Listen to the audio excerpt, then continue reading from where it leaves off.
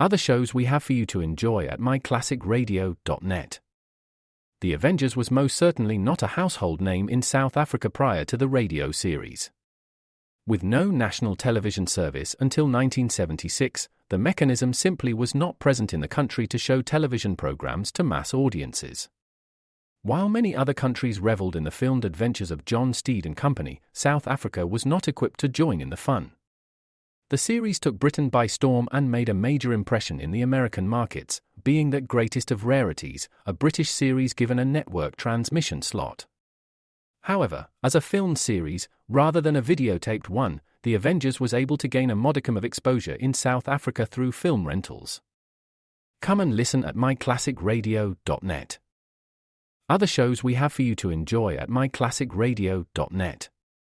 21 Precinct was a police drama broadcast on CBS from July 7, 1953, to July 26, 1956.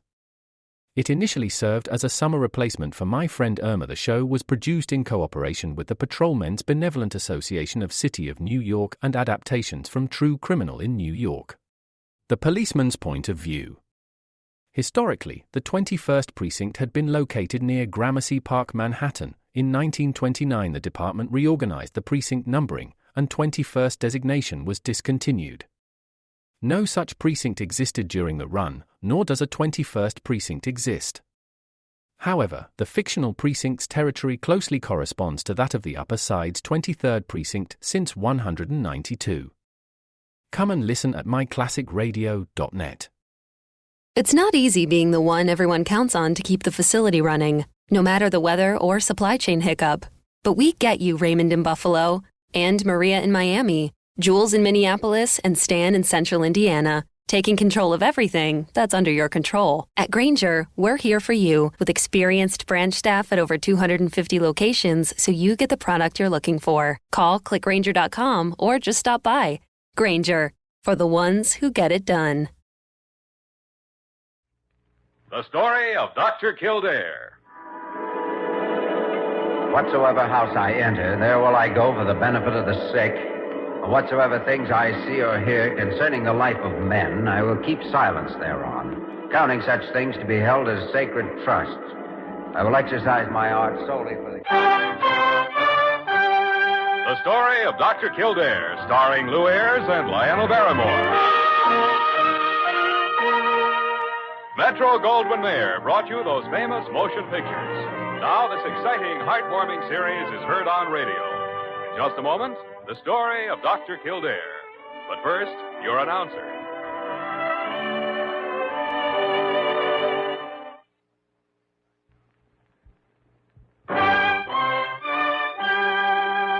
Now, the story of Dr. Kildare, starring Lou Ayres as Dr. Kildare and Lionel Barrymore as Dr. Gillespie.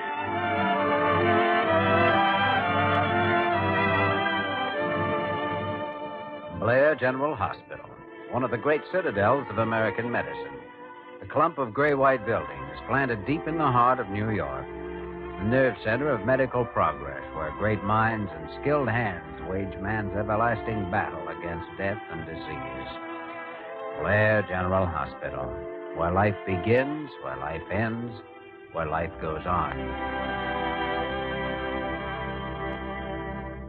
Dr. Gillespie, I don't care how strong a hunch you have. Things have been quiet around the hospital for over a week. What could happen? Parker, anything could happen. A meteor could fall on the East Wing. We could have an epidemic of bubonic plague. Carew could suddenly become intelligent. Oh, that's ridiculous. You mean about Carew? Well, I guess that's a little far-fetched. I mean, the whole idea is ridiculous. Just because you've got a feeling of some sort is no reason to believe... Morning, Dr. Gillespie. Good morning, morning. Parker, you've got that gleam of battle in your eye. What's up? Oh, it's Dr. Gillespie. He has a hunch some catastrophe is about to happen. Well, don't worry about it. I've seen his hunches turn out wrong before. Maybe so, Jimmy, maybe so, but you've also seen them turn out right. Sure, sometimes. Law of averages. Law of averages. Oh, dear. Carew, for the first time in my life, I hope you really do have a crisis. Oh, I do, Dr. Gillespie. We do. Blair Hospital does. What sort of a crisis, Dr. Carew? Oh, it's most upsetting. A new patient came in about an hour ago. Well, now, Carew, we've met that particular crisis successfully before. But you don't understand. This man has already disrupted hospital routine simply no end. What's he done? Dr. Kildare, he insists on keeping a pistol in his room and some kind of a musical instrument, a guitar, I believe he calls it, and he won't take his hat off. Won't take his hat off? Precisely, Dr. Kildare. Carew, what's the name of this problem patient? One that's quite in keeping with his occupation. Huh? He's with a Wild West show that's playing across town, a professional cowboy, he calls himself. His name is Buffalo Barnie McClure.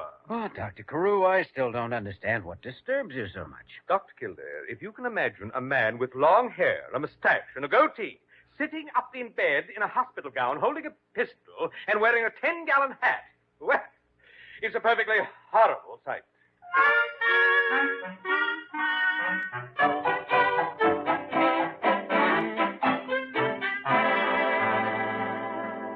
Boys, I want to tell you that I ain't never been sick a day in my whole life till this happened. I see. And the pain seems to center in the upper abdomen around here? Oh, out. Careful, Doc. My innards is mighty tender.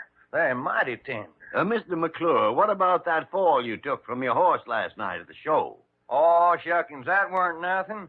I've been throwed by cayuses ever since I was hip-high to a tumblebug. But it did shake you up a little, didn't it? Well, it knocked my darn bridge work out, but that fall didn't have nothing to do with this here bellyache. I felt fine till this morning. Sometimes internal injuries don't show up for hours or even days after an accident, Mr. McClure. Call me Buffalo, Doc. I ain't used to this here Mr. McClure stuff. All right, Buffalo. Well, Dr. Gillespie, apparently the next step is a fluoroscopic examination. Yes, sure, I know. Parker's getting an X-ray room assigned now. Boys, I sure do hope ain't nothing real bad wrong with me. Oh, let's assume not for the present anyway. Sure would hate to think that I was cashing in my chips. Well, even if it is an injury, it probably won't be serious. Only time I ever needed a sawbones before was to dig a bullet out of my shoulder. And say, boys, I've been figuring on asking you something. Oh? What's that? That feller that's the boss of this here spread, that there Dr. Carew, is he got any kinfolks out west anywhere? Carew? Oh, I don't think so. Well, I used to know a feller years ago named Three-Fingered Tom Carew. Sure would like to meet up with some of his next of kin. Well, I doubt very much if any relative of Dr. Carew's would let himself be called Three-Fingered Tom. Come in. Oh, it's you, Parker. Come in. Dr. Gillespie, I've got all the arrangements taken care of. You can have X-ray room number 8 in 30 minutes. Oh, fine, Parker. Fine. Well, boys, ain't none of you going to give me a howdy-doody to this charming little lady? Well... Parker, this is Mr. Buffalo Barney McClure. Miss Parker will be your nurse. How do you do, Mr. Buffalo? Well, now, I reckon you're just about the prettiest little urine that's come down the chute in about 4 months of Sunday. Really? Buffalo? Are you quite sure you know what you're saying? Why, you doggone right, boys. This is my kind of a filly, fresh and sweet as a cattle range in April. Kildare, there's only one explanation. This man's worse shape than we thought.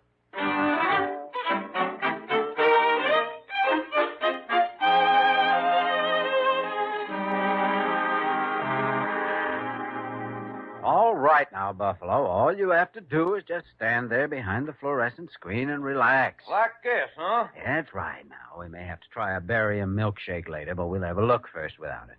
Are you ready, Dr. Gillespie? Anytime, Jimmy. Anytime. Parker, turn off that examination light. All right, Doctor. Boys, you sure this ain't gonna hurt me none? Don't you worry, Buffalo. I'm right here with you. Yeah, I say that any danger which may be threatening you is not from the X-ray machine. Well, but it makes a fella feel kind of immodest to have a contraption looking right through your innards this way. Don't worry. You won't feel a thing. Ready, Jimmy? Right. Mm-hmm. Let's see now. Esophagus here. And... Oh, this would be a mighty fine thing for a poker game. You could see right through the card. Lungs are clear. You could see the aces. How about it, boys? Are you finding anything? Not yet. You know, there seems to be some distortion of the stomach, though. Yeah, I noticed that, Jimmy. But what I don't see... Look. Over here. Huh? Well, now, what in the tarnation can... Don't you recognize what it is? Recognized by the great horn spoon. Fantastic. Well, boys, let's have a showdown. What am I suffering from? Your teeth, Buffalo. My teeth. Mm-hmm. From that dental bridge work you lost last night. You swallowed it. It's lodged in your stomach. Well, holy cow. That's why I couldn't find it nowhere. Well, you weren't looking in the right place, that's all. Anyway, we found it now, and as soon as we get it out of your stomach, you'll be in first-class shape again. Now, wait just a minute. There ain't nobody gonna cut me open. Oh, I don't think an operation will be necessary. I think we can get the thing out with an esophagoscope. What? Esophagoscope. Huh. It's an instrument designed to reach down a patient's throat and into his stomach. Just like a darn sword swallower. No, you don't, boys. That is out. Now, let's be reasonable about this. If that thing isn't removed right away, it may cause serious trouble for you. I don't give a hoot and a holler what it may cause. And there's a six-shooter down there in my room that says ain't nobody gonna cut me open nor shove nothing down my throat. And that's for sure. That's for dang sure.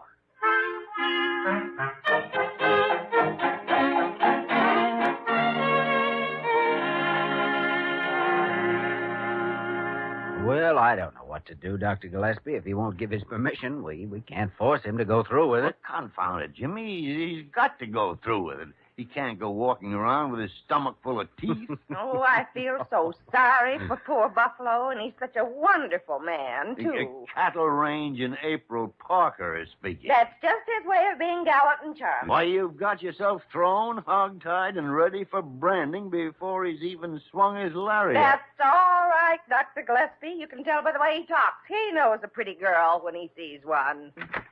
No, come in, Dr. Carew. Gentlemen, I just saw your diagnosis in the Buffalo Barnie case. Yes, another oddity for the hospital files. That man himself is an oddity, Dr. Kildare. Careful, Carew. You're speaking of the man Parker loved. Oh, Why, Miss Parker, I certainly hope you're not guilty of any irregularity. of course not. Dr. Gillespie, sometimes you make me so mad, An eccentric sort of woman. Well, fortunately, gentlemen, it shouldn't take long to remove those dentures and get rid of this Buffalo person once and for all. I'm afraid it's not that simple, Dr. Carew. He's refused to let us do anything at all for him. But he can't do that. Why, he's already incensed the entire fourth floor by playing that guitar and singing at the top of his voice. The man is utterly mad. Oh, now, that's unkind, Dr. Carew. Besides, Buffalo seems to have quite a high regard for you. In fact, he was asking whether you might be related to an old acquaintance of his named Three-Fingered Tom Carew. Dr. Kildare, I can assure you that no member of my family has ever been referred to as Three-Fingered Tom. Oh, that's exactly what we told Buffalo Barney. Yeah, and in a way, it's too bad, Carew. You and our elderly cowboy patient might have become close friends. I can hardly imagine myself becoming close friends, as you call it. Yes, I know, Dr. Carew.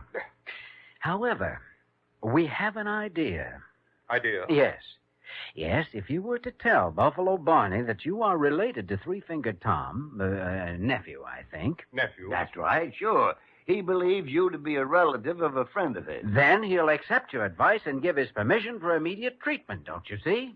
Not too clearly. Carew, it'll solve the problem and nothing flat. You think so? Oh, yes, indeed I do. And now we'll excuse you so you can go up and tell him right this minute. Dr. Kildare, why are you pushing me? Well, we don't want to detain you, Dr. Carew. Here's the door. Dear. Confound it, Jimmy. He'll bungle it just as sure as you're born. You had a premonition that something was going to happen. I don't know. Maybe we better follow him.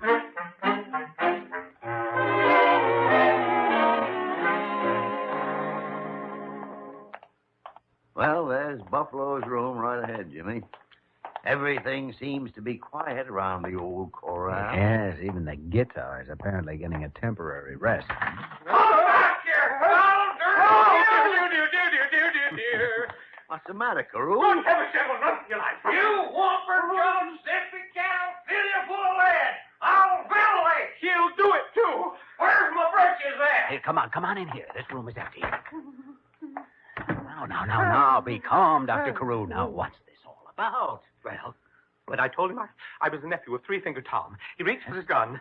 He says he's had a feud with that family, and he'll kill any of them on sight. Well, Carew, now, we all have to go sometime. Sure. And at least you'll be dying with your boots on. Please, Dr. Gillespie, this is not an occasion for levity. There you are, Carew. Oh, dear. I seen you sneak in here, you wall-eyed sidewinder. Now, Mr. Buffalo, let's be reasonable. You're going to meet your maker. You're drawing your final breath right now. Hey, take it easy. If you got any last words, spit 'em out. fast. Oh, dear, I think I'm going to...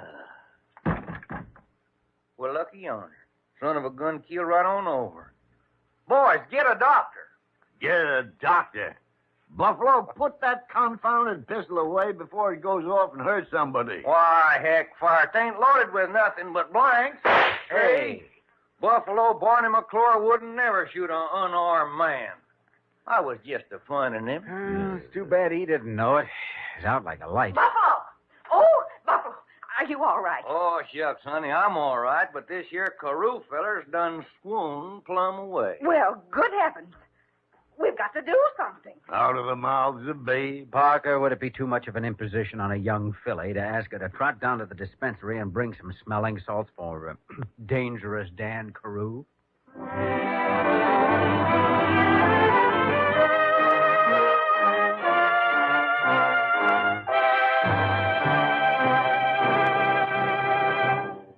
We will return to the story of Dr. Kildare in just a moment.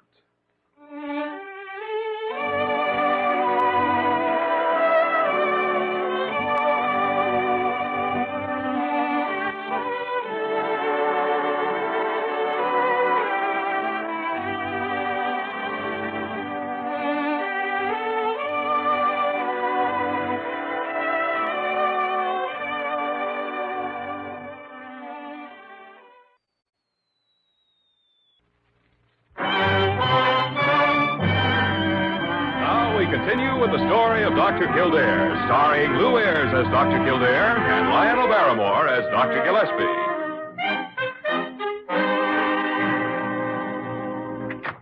Oh, Kildare. Busy, Dr. Gillespie? No. Come on in, Jimmy. Come in. How's your patient?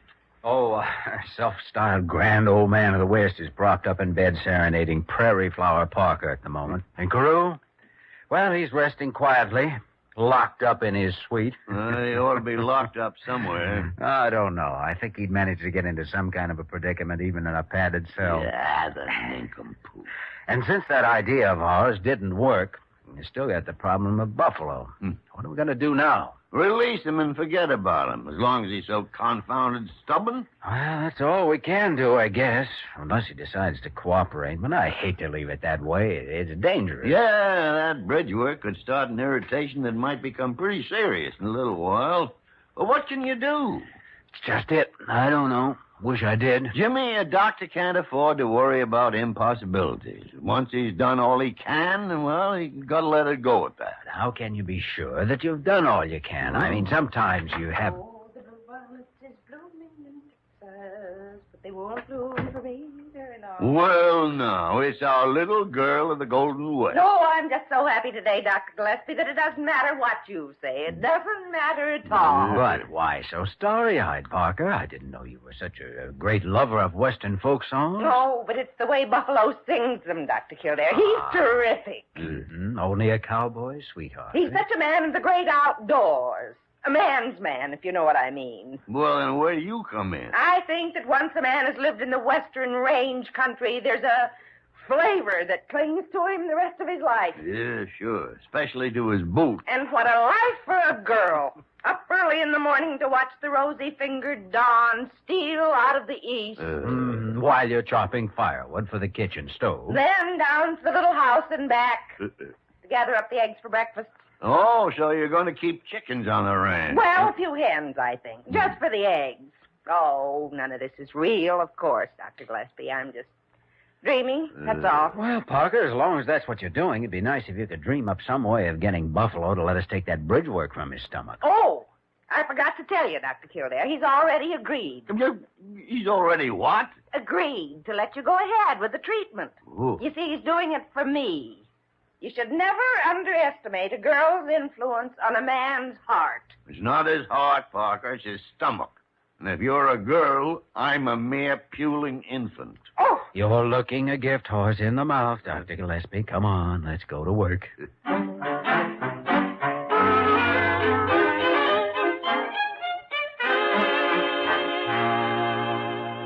Why, shucks, boys, when that fine little woman asked me to do it for her sake, I just melted away like a snowball in humor. Well, Parker's usually better known for putting on the chill rather than taking it off. Well, I'll tell you, boys, when a pretty gal starts to sugaring me up, I get as skittish as a bobtail pony in fly time. And apparently the same effect can be achieved by a horse-faced old maid. Doc, I sure would hate to think you was casting some of them mad-ass Persians on that little gal. No, Buffalo, nothing like that. Dr. Gillespie has a peculiar sense of humor, that's all. Yeah, I'm a veritable clown. As a matter of fact, I've often suspected him of being an unsuccessful suitor for the affections of that same little lady. Kildare. Well, Doc, all I can say is let the fight be fair, and I hope the best man wins. Well, I hope not. What the tarnation would I do with her? Come in. Well, howdy, Miss Parker. Howdy, Buffalo. I sure hope you... Oh, Dr. Gillespie. Howdy, Parker. I have everything ready now in the X-ray room. You can go ahead whenever you like. Good. Let's get started then. Now, just hold your horses a minute there, boys. I was hoping that maybe we could do this thing tomorrow or maybe the next day. There's no point in putting it off. The sooner it's done, the quicker it's over. Yeah, but doggone it. More I think about having that Esom or whatchamacallit shoved down my gut, the more I just wonder. But, Buffalo, Uh-huh. you just can't back out now. Why, you've already promised the little lady there. Yeah, I know it, oh, darn it, but I'd rather be hog-tied and branded. Courage, Buffalo. The eyes of Texas are upon you. They are? And a promise is a promise. Doc, I reckon you're right at Of that. course I am. Why, it's a matter of honor between a man and his own conscience. You speak in a language we savvy out in God's country, mister. Then what do you say? Why, my duty's as clear as a beller of a bull calf on a frosty morning. Miss Parker, would you do me the honor of handing me my boots?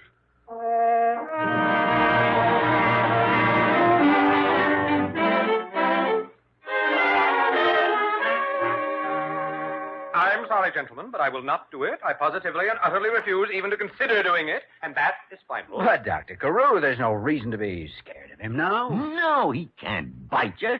His teeth are right there on the table. I am not scared. I simply will not have anything more to do with that man. Well, in that case, Dr. Carew, I'm afraid you'd better expect trouble.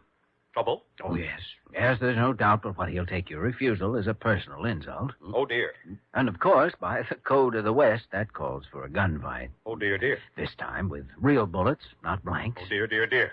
I imagine he's a deadly shot. Oh, dear, dear, dear, dear, dear, dear, dear. Oh, suppose we go pay our respects to your dear, dear friend, Buffalo Barnie McClure. Oh, dear.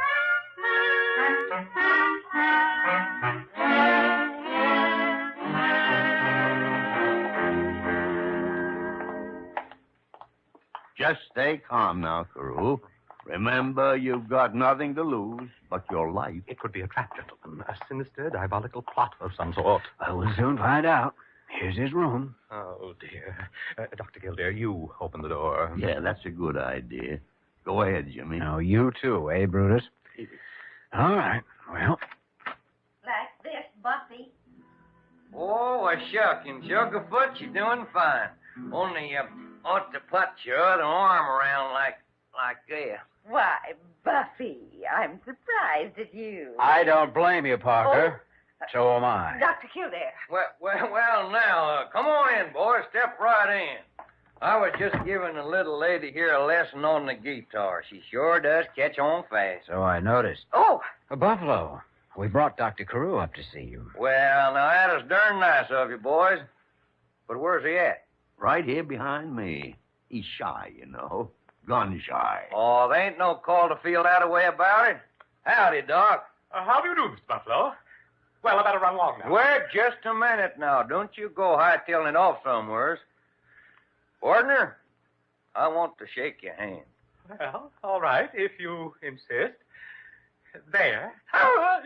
No hard feelings, Doc, About that little joke of mine? Oh, no, not at all, Mr. Buffalo. It's quite all right. And really, I must pop along now. Now, hold your horses. I was figuring we might have a friendly little game of poker to cement our friendship. Poker? Oh, I'm terribly sorry. I only play a little bridge occasionally. Bridge. Doc, that very word makes me sick at my stomach. Miss Parker, would you do me the favor to reach down inside that guitar and latch on to a deck of cards? Now, really, Mr. Buffalo, I tell you, Shucks, now, don't you worry, Doc. We'll figure out some simple little easy game. Yes, I know, but... And another thing, Miss Parker, hand me my six-shooter there. Of course, Buffalo.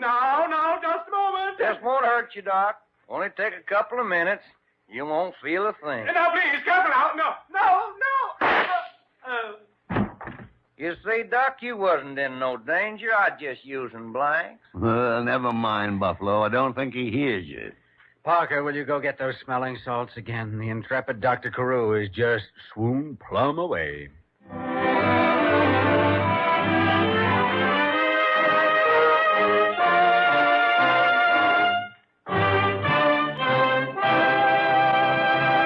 In just a moment, we will return to the story of Dr. Kildare.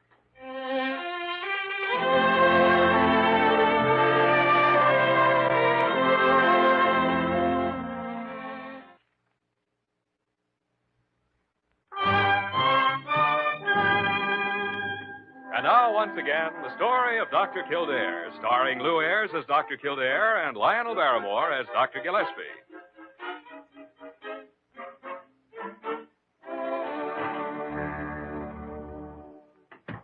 Good morning, gentlemen. Oh, good morning, Dr. Carew. Well, now, you look as though a caterpillar had just eaten your favorite gardenia.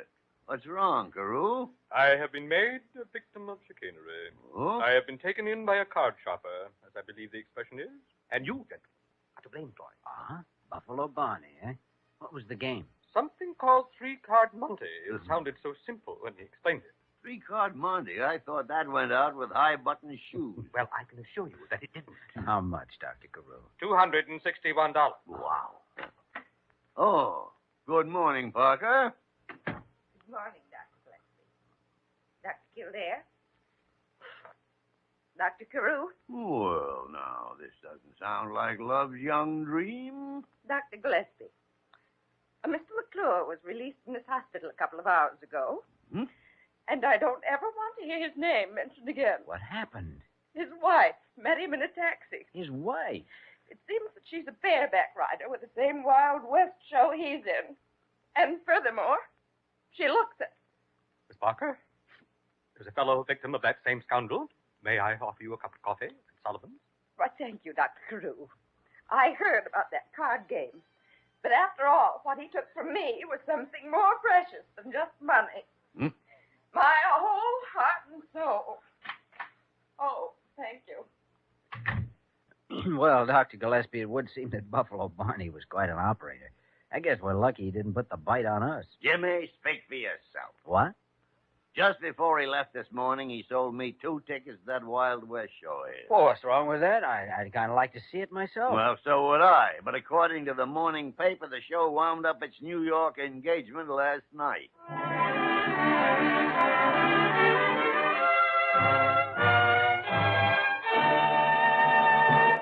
You have just heard the story of Dr. Kildare, starring Lou Ayres and Lionel Barrymore.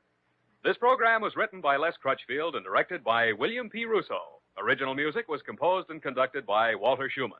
Supporting cast included Virginia Gregg, Ted Osborne, and Barton Yarborough. Dick Joy speaking.